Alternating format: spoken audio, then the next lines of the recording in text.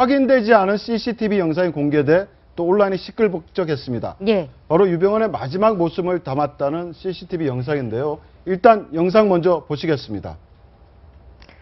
바로 시사인의 주진우 기자가 공개한 유병헌 전 회장의 마지막 모습이다라는 영상인데 지금 빨간색 테두리 안에서 차에서 내려서 들어가고 있는 이 모자를 쓴 이 사람이 유병헌 전 회장이다. 마지막 모습이다라고 주진우 기자가 자신의 페이스북에 올린 사진입니다. 지금 순천의 야망연수원으로 도피했을 당시에 그 야망연수원으로 들어가는 모습이다라고 지금 주진우 기자는 이야기를 하고 있네요.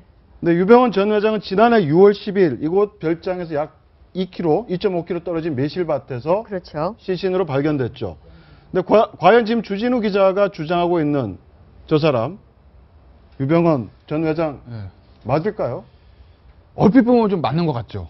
그러니까 비슷해요. 네네. 겉으로 보면 비슷해요. 그러니까 저게 밝혀진지 안 밝혀진지 지금 맞지는 모르겠으나 주진우 기자 주장은 유병헌 씨가 맞다는 거고 네. 그리고 검찰은 모르고 있을 거라는 거고 주진우 씨와 시사인의 기사의 톤을 보면 유병헌 씨가 살아있다면 이런 톤보다는 뭐 명확하게 말하지 않는데 좀 타살이 아니나 이런 쪽의 어떤 뉘앙스들을 좀 풍기고 있거든요.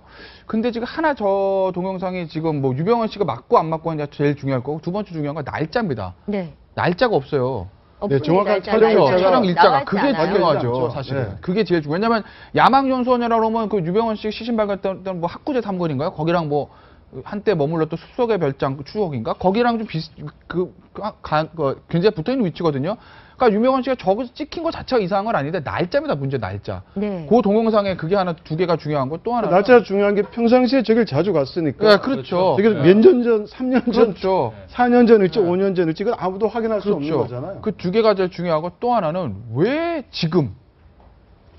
주진우 씨가 지금 저걸로 공개했냐, 무슨 의도냐, 이건 거죠. 네. 그 동영상을 주진우 씨가 어떤 경로로 확보해서 원래부터 가지고 있었던 것인지 바로 얼마 전에 확보라는 것인지는 모르겠으나 지금 유병헌 씨가 죽은 지 딱 거의 1년 되는 거 아닙니까? 네. 작년 이맘때가 한참 저 타살이니 자살 이해가지고 방송 내내 그거 했던 저도 참 기억이 나는데 1년 그때입니다. 전이죠, 딱 정확하게. 1년 전이에요. 네. 정확하게 1년 만에 주진우 씨가 저걸 터뜨렸다.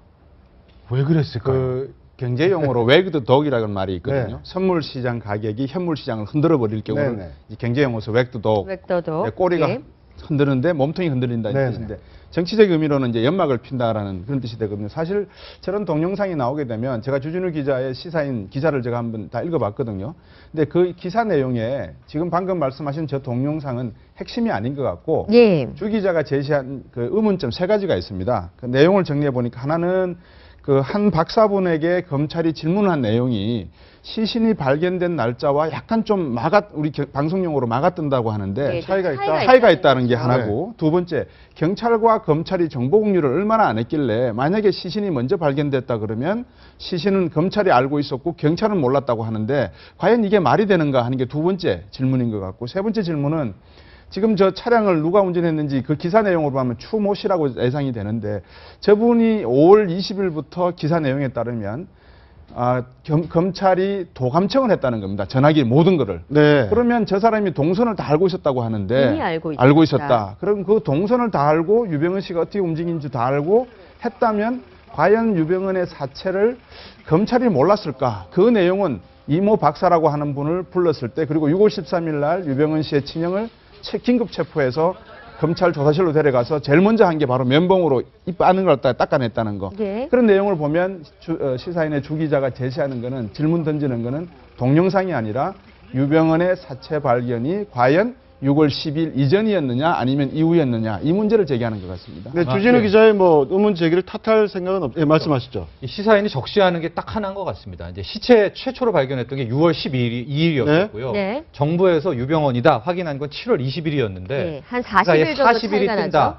예. 그 기사를 잘 읽어보면 누구나 다 이 40일 동안 검찰 당국, 정부는 알고 있었다. 그러니까 일종의 40일간 왜 무슨 꿍꿍이를 폈나라는 게 읽어보면은 뭐 적시하진 않았지만 분명히 느껴지고 있거든요.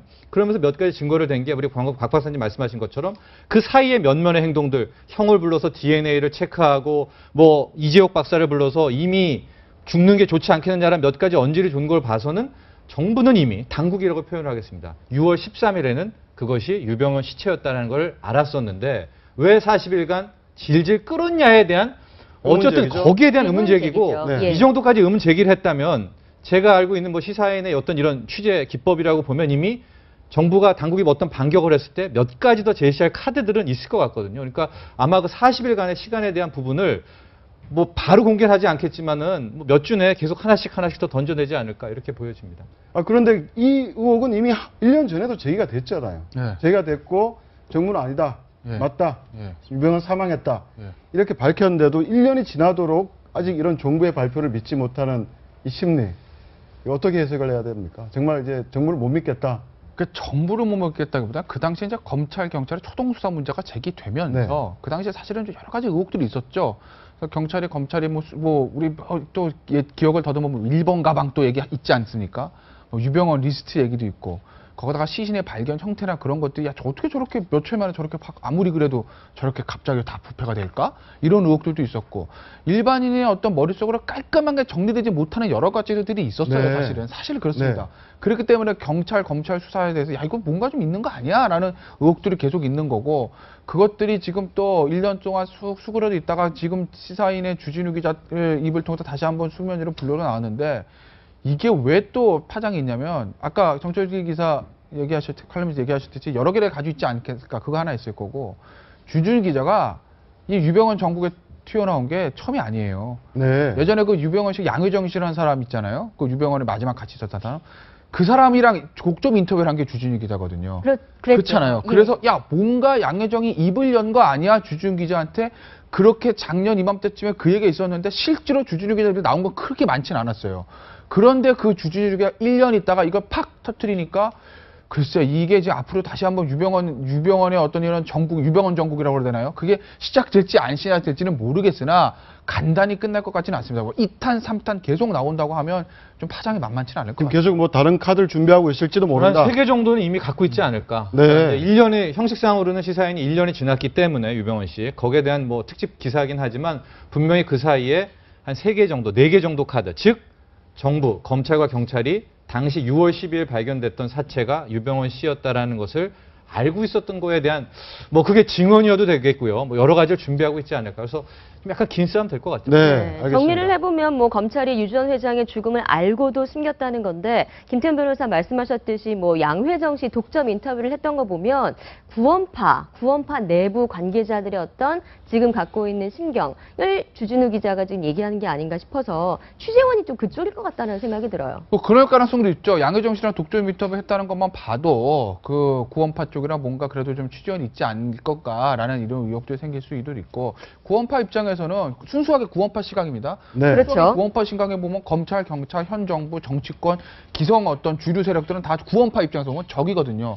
그러면 누가 자기 편일까? 구원파 입장에서 보면 현 정권과 가장 척을 지고 있는 언론인 중에 대표이면 주진우 기자죠. 아무래도. 네. 그렇기 때문에 주진우 기자를 택해서 주진우 기자한테 독점 인터뷰를 한 게 아닌가라는 얘기들이 작년 이맘때도 있었습니다. 역시 그거는 현재 그 얘기들의 추측은 현재 진행형인 것이죠. 그래서 아마 주진우 기자가 다른 언론사 기자들보다는 구원파 쪽으로 좀 가까울 가능성이 있고 그래서 여러 가지 정보들을 좀 취합하기가 쉬운 어떤 그런 위치에 있기 때문에 주진우 기자 입에서 여러 가지가 나오는 것 같은데 어쨌든 저도 동감하지만 이게 끝은 아닐 거다. 카드 중에 하나가 아니다. 그걸 수 있겠네요.